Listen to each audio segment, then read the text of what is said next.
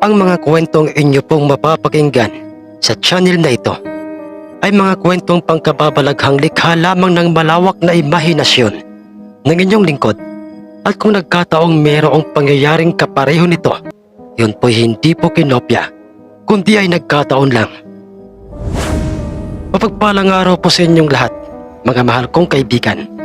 Isa na namang kwentong mayroong kinalaman sa mga misteryo at kababalaghan ng mundong ating ginagalawan ang atin pong mapapakinggan at aabangan sa ating munting channel na ito. Mundo ng misteryo at kababalaghan na ating pamamagatang ang agimat sa sabong. Ang mutya o anting o kalimitang tinatawag ng karamihay agimat ay isang bagay na tinataglay ng isang tao. Marami sa atin ay naniniwala sa agimat. Ngunit mayroon namang ibang mga tao na ito ay binabaliwala at para sa kanila ay hindi totoo ang agimat. Ito raw ay isang paniniwalang walang matibay o konkretong basehan o isang eksplanasyon. Ito isang sinaunang paniniwala ng mga sinaunang mga taong nabubuhay pa noong unang panahon. Ang birtud o amulet sa wikang Ingles ay ang ibig nitong sabihin ay pampaswerte sa isang taong nagtataglay nito. Hindi tinatabla ng bala ng baril o maging ng talim ng itak. At kayang ilayo sa anumang kapahamakan ang sinumang taong nagtataglay ng agimat.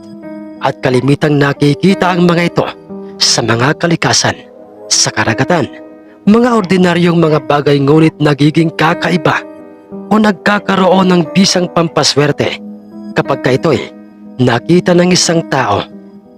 Sa mga alanganing sitwasyon o sa mga hindi kapani-paniwalang mga pangyayari at ang iba sa mga mutyang ito ay pinaniniwala ang bigay ng isang kakaibang nilalang at ang kwentong agimat ang siyang ating bibigyan ng kwento at buhay sa araw na ito. Ang mga sabongerong katulad mo na nakikinig ngayon at katulad ni Mang Faustin, paniguradong isa kayo sa naniniwala sa agimat, lalo na kung ito'y gagamitin mo sa iyong panabong. Si Mang Faustin ay nagmula sa angkan o lahi ng mga sabongero. Dahil sa angkan niyang ama't mga tiyuhin ay nakilalang mga dayuhang mga sabongero. Mahilig dumayo ang mga ito sa anumang lugar o maging probinsyang mayroong magaganap na sabong. Hindi nila alintana ang init sa biyahe, ang pagod o maging ang magutom.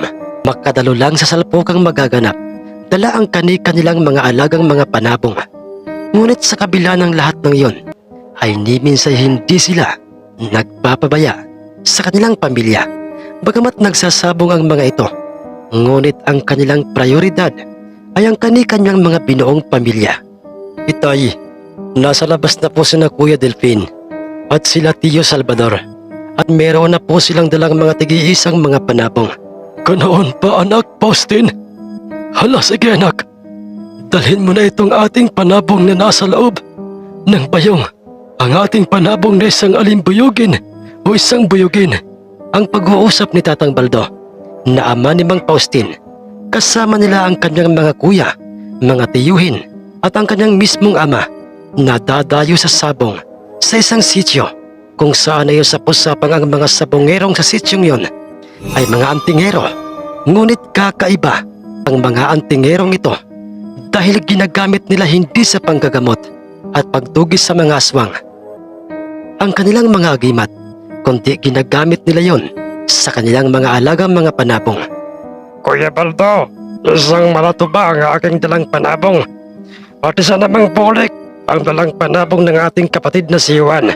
Ganoon ba, Augusto?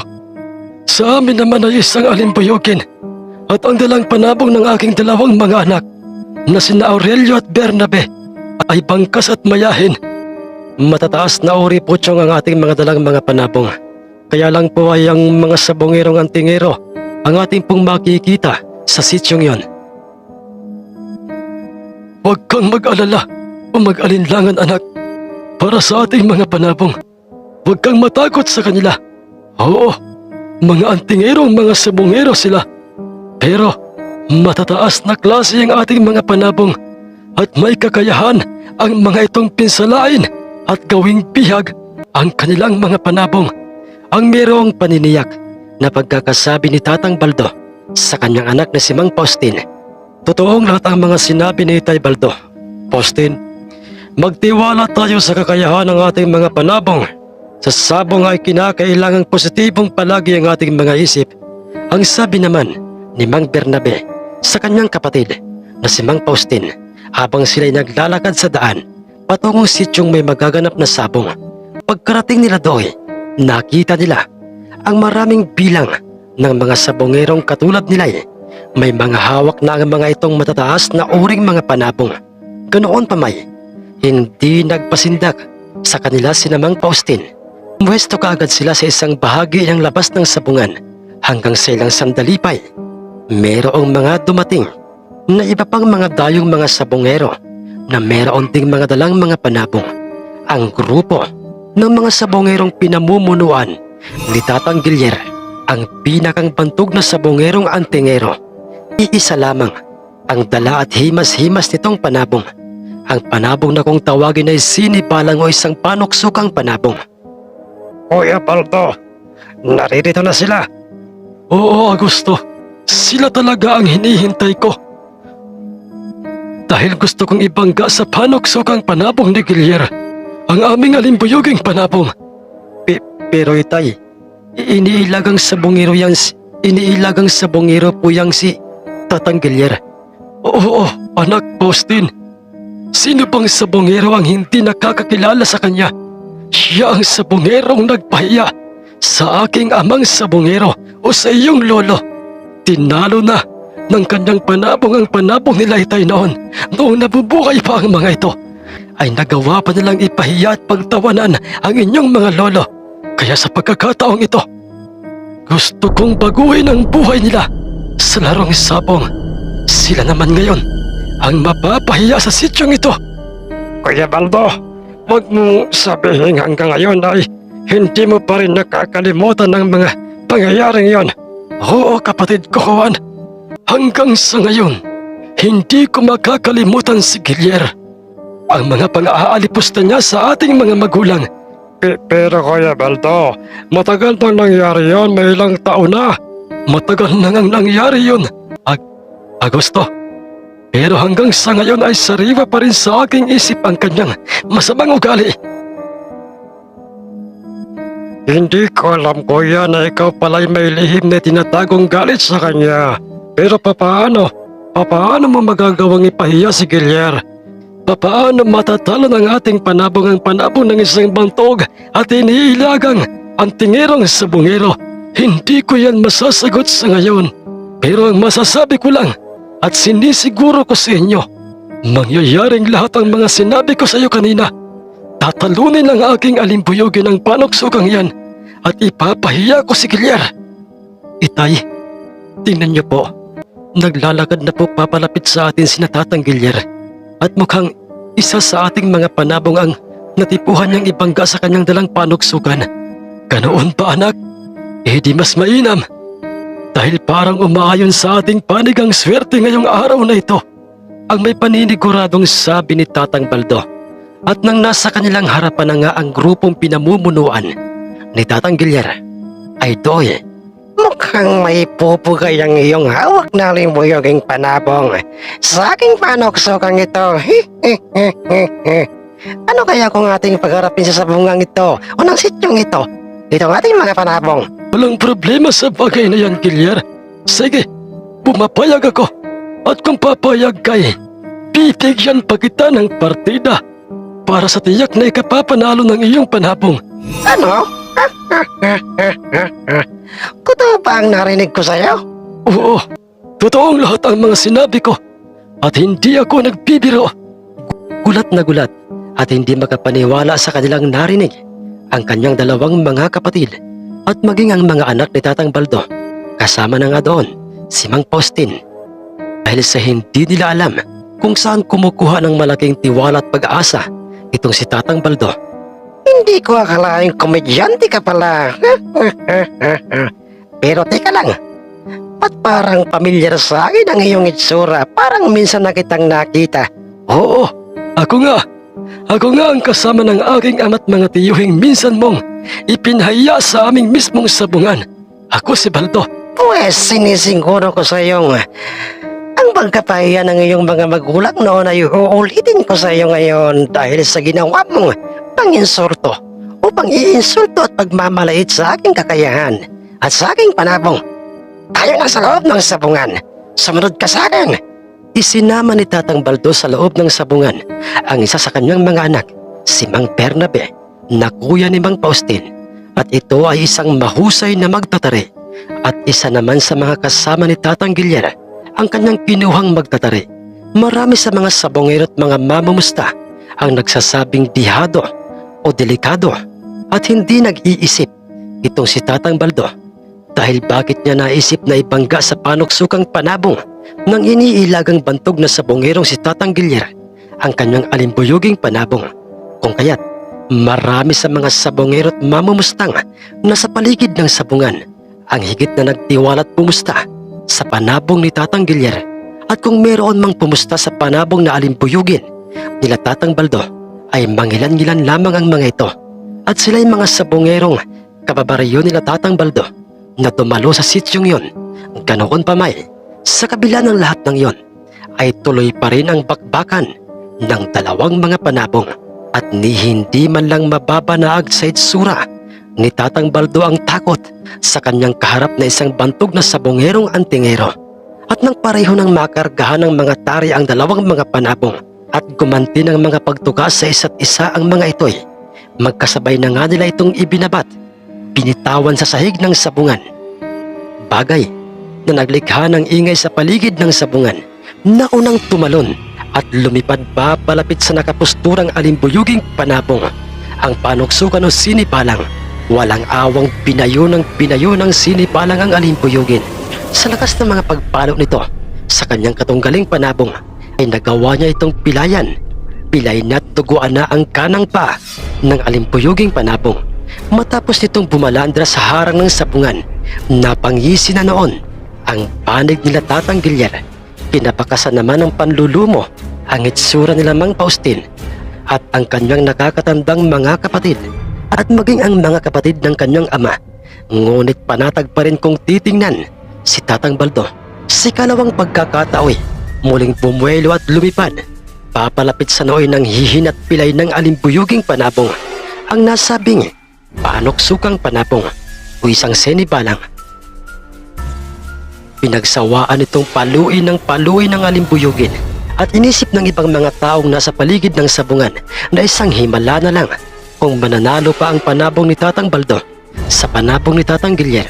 Ngunit nabigla ang lahat nang mabigyan ng pagkakataong makaganti ng pagpalo sa katawan ng panuksukan ang alimbuyuging panabong. Dahil sa isang pagpitik lang nito ng kanyang paang may nakakabit na tari ay otomatikong nangisay-ngisay ang panuksukang panabong ni Tatang Gilyer hanggang sa ito'y tuluyang maging isa ng bihag. Hindi, imposible ito. Paano nga? Huwag ka nang magtaka o magulat pa, Gilyer, dahil di ba't sinabi ko sa iyong papatayin lang ng panabong ko yang panuksukan mo. Nagkatotoo yun at napahiya ka pa sa sabungang ito. Gusto ko pa sanang pagsalitaan ka ng kung ano-anong mga pangiinsulto na katulad ng ginawa mo sa aking ama't mga tiyuhin. Pero nagbago ng isip ko. Hindi ko yun gagawin dahil magkaiba tayo.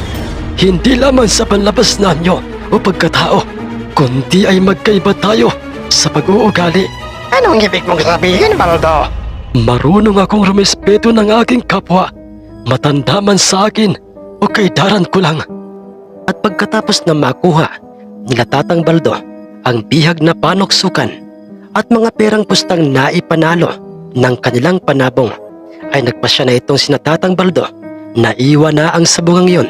Matinding kahihiyan ang nararamdaman nila Tatang Gilyer at ng kanyang mga kasama.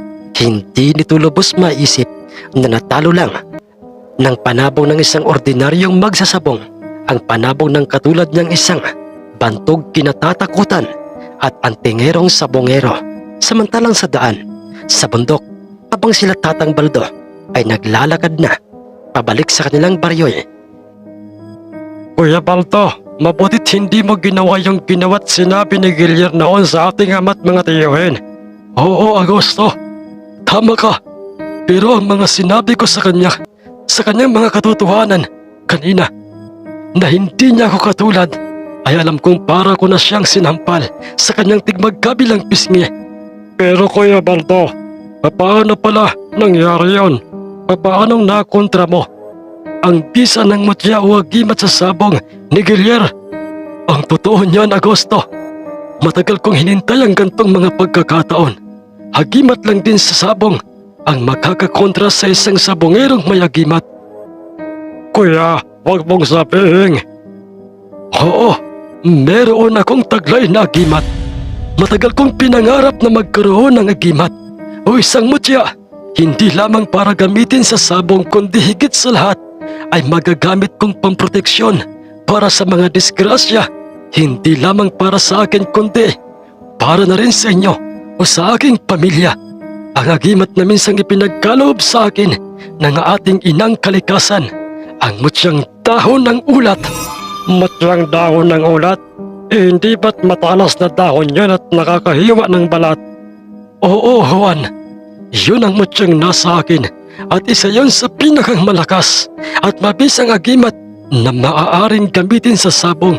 Kaya naman ay sa isang pagpalo lang ng kargadang tari nitong ating alimbuyugin ay tudas kagad ang panuksukan ni Gilier. Bakit po, Itay? Nagdala pa tayo ng ibang mga panabong. Iisang panabong lang pala ang gusto niyong ibangga. Anak Faustin, ang dahilan ay upang malayang makapili si Gilier kung alin sa ating mga panabong ang gusto niyang makabangga. Kanyang panuksukang yan nagpatuloy sa pagdayo ng sabong kung saang lugar at probinsya sina Tatang Baldo, at magmula rin mismo ng araw na yon ay walang palya ang panalo ng kanilang panabong, lalo na't palaging si Tatang Baldo ang nagbibitaw sa gitnang bahagi ng kanilang mga panabong. At katulad ni Tatang Gilier, nakilala't naging bantog na sabongero sina Tatang Baldo, ganoon pa may pinananatili nila ang kanilang pagiging mabuting tao, lalo na ang pagmamahal sa kani-kanyang pamilya, hanggang sa hindi maglaoy na mayapa na dahil sa katandaan itong si Tatang Baldo at ang kanyang iniingatang maliit na buto na naging sintigas na ng bato na kanyang nakitang nakakapit sa ugat ng damong kong tawagin ay ulat na siyang kanyang ginawang agimat sa sabong ay kanyang ipinagkatiwala sa kanyang anak na si Mang Faustin. Maraming salamat po sa inyo mga mahal naming kaibigan. Sana po'y nagustuhan nyo ang ating kwentong ito na ating pinamagatang ang agimat sa sabong. Dito lamang sa ating channel na ito, Mundo ng Misteryo at Kababalaghan. Magandang araw po sa inyong lahat at muli po, maraming salamat po sa inyo.